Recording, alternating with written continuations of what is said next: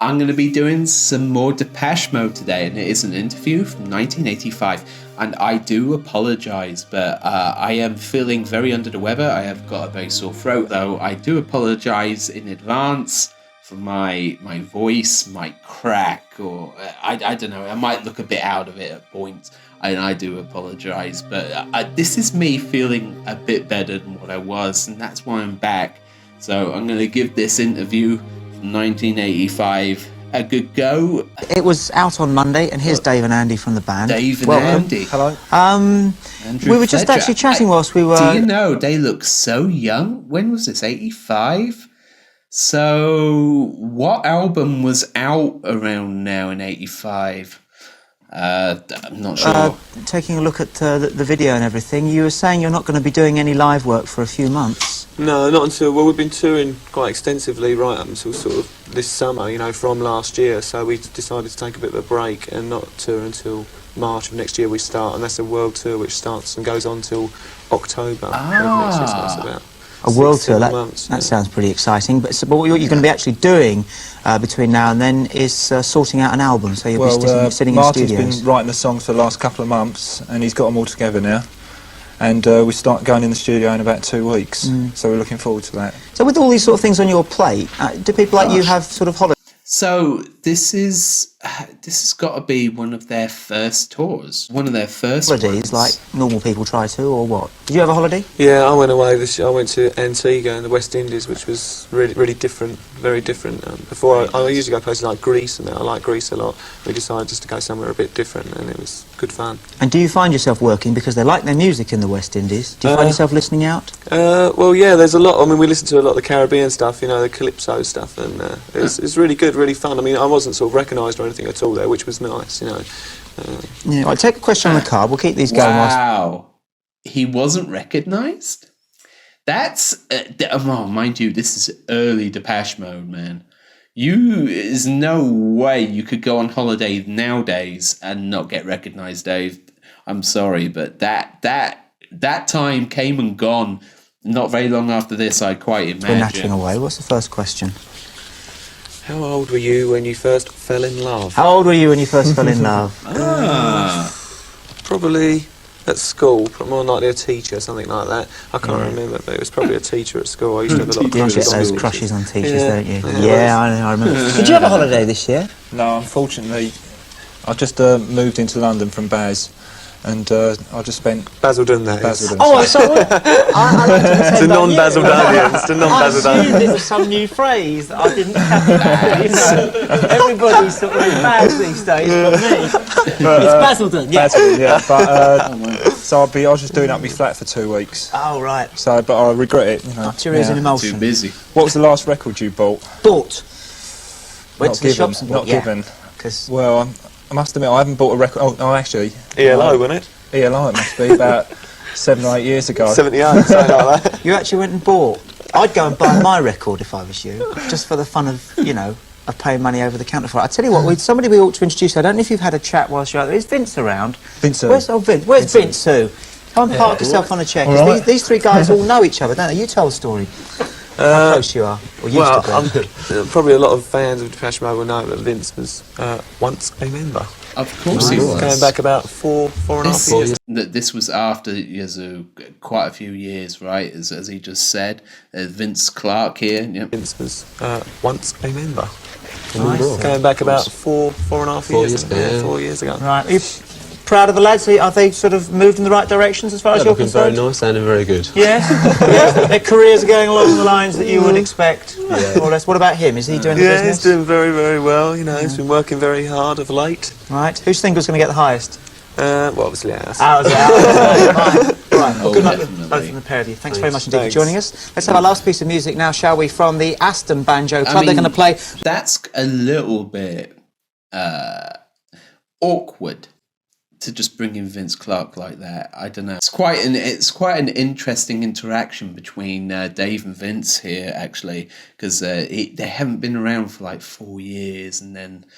The new single from Depeche Mode, and with me, by a magic of television, are Alan Wilder and Martin Gore. Hello, boys. Hi, Muriel. It's Martin, and it's Alan. This is really cool, and their jacket. Oh my god, I love the levers they got on Now, here. So Martin, unfortunately, I'm sorry about this, it was only Martin, was described recently in the New Statesman as the sexiest man in rock and roll. Now, what have you to say to that, Martin? Yeah, I'm glad someone started noticing it.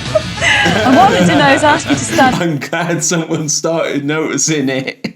not, because I've noticed you're wearing your belts in an extremely interesting way, and perhaps the viewers would like to copy this. I think I can do that. Oh, go on, I'll have a stand up and see. Now, is that holding everything in place? Nothing slips out? I think so. Well, I think Is that holding everything in place? Well, okay, fair enough. Yeah, I mean, he has always had this quite a unique way of dressing. Even in the 80s, it was pretty unique, you know? it's stunningly attractive. Now, you've just done a tour of Poland, you were telling me. How did you do that? Well, a We few did months a ago. gig in Poland. We went to Budapest and Warsaw. Of course. And we tried to also line up a gig in East Germany and Russia, but that didn't happen. But at least we got to those other places. So how did you That's manage to interesting. get the gigs that you did do behind the Iron Curtain? Was that hard to organise? We just told I've seen them concerts. You know, they're absolutely fantastic. Like the Hamburg concert, I think I watched all the way through, which was absolutely bloody fantastic. our agent we wanted to go To hear there. them That you talk did about do behind the Iron Curtain. Was that hard to organise? We just told our agent we wanted to go there and told him to get on with it, really. What kind of reactions did you get from the fans over there? Very good. It was both concerts were sold out. You know, played a football stadium in Budapest on my birthday. Very good. You know. They were Good very reaction. enthusiastic, you know, very good, yeah. Can they buy your records in Poland? I think with difficulty, yeah. They've been No, I don't think There's not actually records released, are there? they're starting soon. We've actually got a deal that's sort of starting with the next album. But Shake the Disease, our last single, was a #1 radio hit over there, although it wasn't available in the shops. And a few people had like cassettes that they got on import or whatever, you know, they found them somewhere or other. Or for political punishment, they make them listen to Depeche Mode albums. They're all very familiar with it. Now, your singles have been So yeah, so it's a bit of a shame that no internet. It's a bit funny to actually say it these days because internet is just a household thing. But back then, to actually get your record out, there wasn't that many ways of really doing it other than actually sending them out copies out to like Poland and Russia and Germany and whatever. It's quite hard to distribute. Where today you can put it on YouTube and it goes all the way around the world, and you can get instant fame. Where these guys, they built up their fame before the internet, and you've just got to remember that because a lot of people I think some people forget that. been very consistently good pop singles. They always get to sort of roughly the same place in the charts. Do you ever get a bit bored by being mediumly successful? I think we do, yeah. I think we would probably like to be more successful, but then again, we don't want to do all the really, really tacky things you have to do to maybe get a bit further up the chart. So it's a bit of a difficult situation. Sometimes as well, I think England's more boring than most territories for us because we do it a bit better in a lot of Europe now. So that gives us a bit of excitement at least. Right, well, that's a little bit of excitement. I find excitement. I didn't notice. So some of their songs and whatever did better overseas, or not so much in the UK. That's very interesting. It's not something I knew. I just assumed that their major fan base was here, like in England or wherever. Talking to the sexiest man in rock and roll, and the second sexiest as well. And talking about very sexy rock and rollers, here's the first one from a music shed. It's the Cult with their new single called Rain. Oh my gosh. Oh, that was really good. I quite enjoyed that one. That was incredible. The way that they also present themselves. So Martin, this is the second time I've ever actually seen, or maybe third, that I've seen him in an interview. He is very outgoing, you can actually say. right? He's not afraid of the camera. He's like, he really is quite an open guy. I can imagine he'd be quite a really interesting guy to actually talk to. Well, hi again, and really a very sad part of the show, because now it's time for the very last pop profile on the Saturday Picture Show for this year. But I've really enjoyed myself. It's been good fun. So what I thought we'd do on the very last pop profile is invite some real superstars down to have a chat to. Unfortunately, they couldn't make it. So we're left with Dave and Fletcher from Depeche Mode. Hi, guys. Hey. You just come back from Berlin, haven't you? Where you've been finishing your latest LP. Well, no, single. We just finished a single, which is due out very shortly. In between doing this recording and mixing the single, we done some concerts in France, Belgium, Poland, Hungary. Yeah. Where else? Was that all new territories for you? Well, we done a few festivals in Belgium. You know, they were quite big ones with U2, and we done one in France with the Clash. We've obviously been there before, but the Iron Curtain concerts were new and they were very interesting, and especially Poland, which was a total culture shock, really. Did they all know your music there? Or? Oh yeah, definitely. Oh yeah, they'd obviously got hold of the material, you know, but it was just the fact that they was just so backward, really, in the way they were as people, you know. It was very sort of depressing, really, you know, just seeing all those people sort of who were sort of very frustrated, and, you know, and obviously wanted to see more bands, and there's not many bands that go to those sort of places, you know. Damn, okay. Was it really like that in like the 80s? Like certain countries couldn't see everybody, you know, different bands, because they didn't want to go out there. My history is not that great. You might have to explain to me what he's talking about here. It's like, was there like a something happening at the time, like 80s, that would have made these countries undesirable for some strange reason? I don't know. You're going to have to educate me in the comments below. You went there? Oh, definitely. I mean, you're not allowed to take any money out, so it actually cost us money going there, but it was well worth it. We actually lost money. But it was well worth it, you know, the experience. You actually spend a heck of a lot of time in Germany as well, because I mean you're very popular over here, but over there even more so.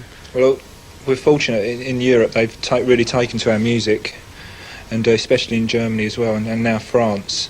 But we do, you know, we like it over there. Martin's lived there for the last year, and it's, you know, it's a good atmosphere. Is that why you record over there? Well, I mean, mainly, yeah. I mean, it was just because we like the studio where we worked there. It was a big studio, and see, we mainly work in the control room, which may seem odd to some people, but because we use a lot of electronics, we don't need to sort of use the other rooms a lot. So we need a big control room because there's a lot of people in the control room, you know. So and Hansa in Germany is one of those places where it's got a lot of room. To sort of just generally move, you know, change studios, so we've got to get a different atmosphere every time we record. You change hairstyles as well? That's right. Yeah. Another new hairstyle? Well, you know, thought I'd do it. What about you? Yeah, so it's quite an interesting thing. It's like they moved there because the amount of room they had, according to like Dave here, is like they moved there just for the bigger space. I mean, it's quite interesting to actually travel over to a different country just for that. I mean, is it about time you changed your hair, Dave? Oh, I like it. I think that's quite good. I like it. This toupee's quite nice. What do you mean? I just had it this morning. The new single is called... It's called Heart. Thank you. And what's that about? Oof. Okay. It wasn't one of the ones I actually particularly liked. You should go and watch my reaction to it. It's an okay song. I have heard it once or twice again since doing that reaction, but it's still not one of my favourites. Well, basically, this is I'm going to get my instructions out from the songwriter. Andy phoned up Martin this morning to find out about it. Basically, the heart is Martin thought it was quite a mystical thing, and the centre of you know, where good and evil are supposed to stem from. That's right, yeah, where good and evil are supposed to stem from, and that's what this song is about. That was actually quite interesting. It's like good and evil stemming from the heart. And, I don't know. Not a very. It wasn't one of my favourite songs, to be honest. It's just my opinion, though. Anyway, yeah, so them interviews were actually quite nice. I'm quite glad that there was quite a few in a row instead of more split up. I kind of like that. So thank you, whoever put that together. I do appreciate you very much. This was very illuminating. And it's nice to see some of their personality coming through to a point.